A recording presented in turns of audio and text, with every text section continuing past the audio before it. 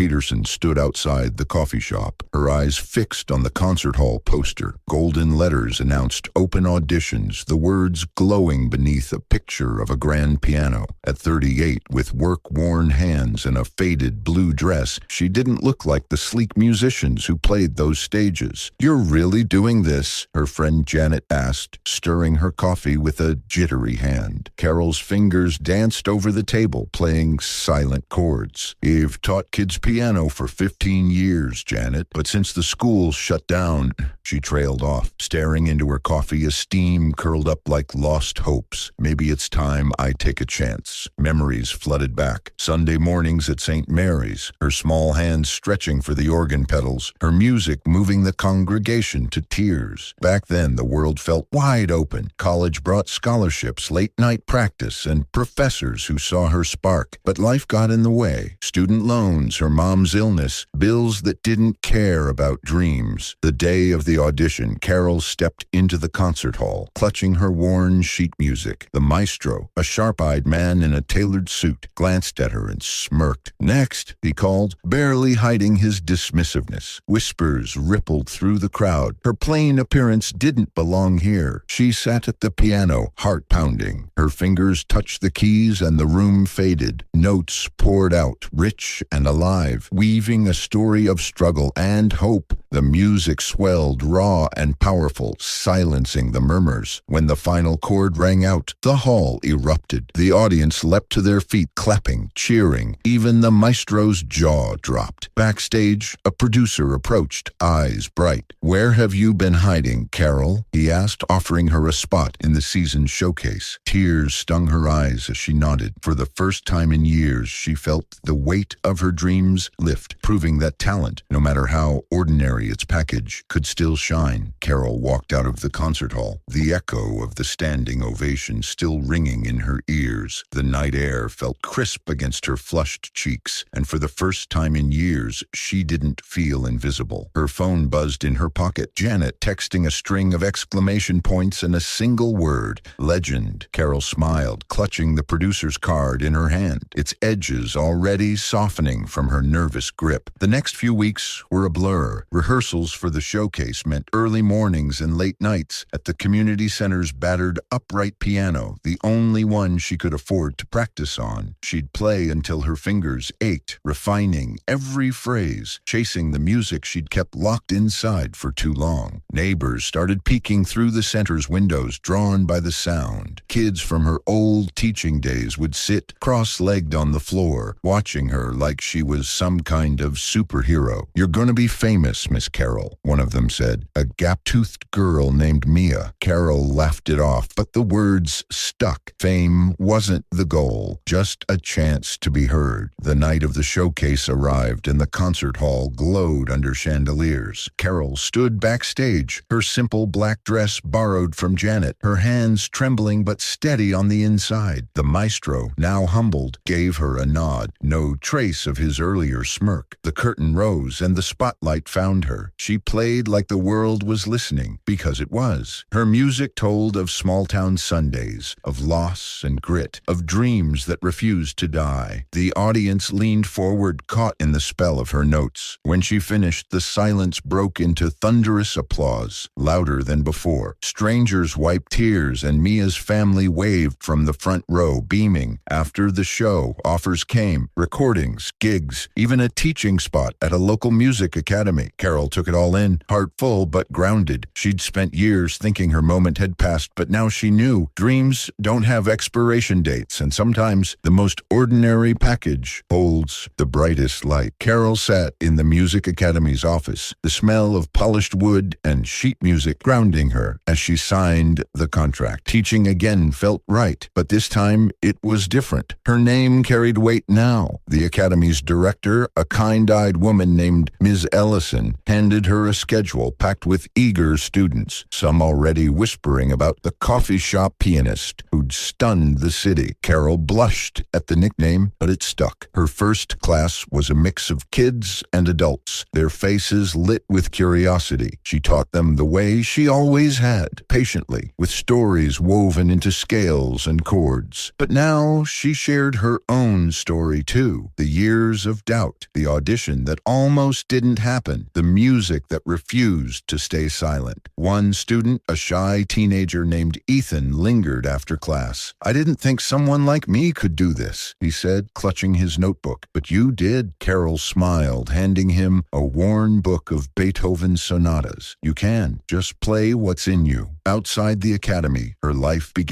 to shift. The local paper ran a feature on her, calling her performance a triumph of heart over hardship. Invitations poured in, small venues at first, then larger ones. She played at a charity gala, her music raising thousands for the community center where she'd practiced. Mia's family was there, cheering loudest, and Carol dedicated a piece to them, her notes carrying the gratitude she couldn't put into words. One evening, as she practiced for an upcoming recital, her phone lit up with an email. A national music festival wanted her to perform, not as an opener, but a headliner. Carol stared at the words, her coffee going cold. She thought of her younger self, pounding keys in St. Mary's, dreaming of stages like this. Back then, she'd imagined fame would feel loud, glamorous, but this was quiet, steady, real. She accepted the offer, her hands already itching to play. The road ahead wasn't easy. Late nights, endless practice, the weight of expectation. But Carol didn't mind. She'd spent years believing her dreams were out of reach. Now, with every note, she was proving that even the most ordinary life could sing extraordinary songs. Carol stood backstage at the National Music Festival, the hum of the crowd filtering through the heavy velvet curtain. The stage was bigger than any she'd played before, with lights that dazzled and a grand piano gleaming like it belonged in a museum. Her hands, still calloused from years of scrubbing dishes and teaching beginners, felt small against the weight of the moment. But when she closed her eyes, she was back at St. Mary's, the organ's hum filling her chest, and the nerves melted away. The MC called her name, and the crowd's applause pulled her forward. She wore a simple navy dress, bought with her first Academy paycheck, nothing flashy but hers. As she settled at the piano, the spotlight caught her, and for a split second, she saw Janet and Mia in the front row, waving like proud family. Carol smiled, her fingers finding the keys. Her performance was a story in sound. Joy, loss, resilience, all woven into cascading notes. She played pieces she'd written herself, born from late nights and quiet hopes, alongside classics that had carried her through hard years. The audience was spellbound, some swaying, others wiping tears. When the final chord faded, the hall exploded. People leapt to their feet, clapping until their hands hurt, and Carol stood, heart pounding, soaking in the sound of a dream coming true. Backstage, festival organizers swarmed her with praise, offering bookings for tours and talks about a possible album. A young girl, no older than 10, slipped through the crowd, clutching a program. "I want to play like you," she said, eyes wide. Carol knelt, signing the program with a shaky hand. "Practice what you love," she told her. "That's all it takes." The weeks that followed were a whirlwind. Carol's story spread. TV interviews, a viral clip of her performance, even a feature in a music magazine. But she stayed grounded, teaching her classes, joking with Ethan about his clumsy arpeggios, and visiting her mom's old house to play the upright piano still tucked in the corner. Fame wasn't the goal. Living her truth was. One night, as she practiced for a solo recital, Janet called. "You know you're inspiring people, right? Like all over." Carol laughed, brushing it off, but deep down she felt it. Her ordinary life, once just bills and broken dreams, had become a beacon. Every note she played reminded the world and herself that it's never too late to chase what sets your soul on fire. Carol's solo recital was set for a crisp autumn evening in a historic theater downtown, its marquee glowing with her name in bold letters. The weeks leading up to it had been relentless. Rehearsals, media interviews, and late-night sessions scribbling new compositions. Yet, as she stood in the wings, peering at the packed house, she felt a quiet calm. This wasn't just her moment. It was for everyone who'd ever doubted their own spark. Backstage, Ethan handed her a small, clumsily wrapped box from "From the class," he mumbled, cheeks red. Inside was a keychain shaped like a tiny piano, engraved with "Miss Carroll, our star." She laughed, clipping it to her bag, and gave him a quick hug. "You're next, kid," she whispered. Mia bounced nearby, holding a handmade sign that read, "Play loud, Miss Carroll." The lights dimmed, and Carroll stepped onto the stage. The audience hushed, their anticipation electric. She sat at the piano, its polished surface reflecting the spotlight, and began.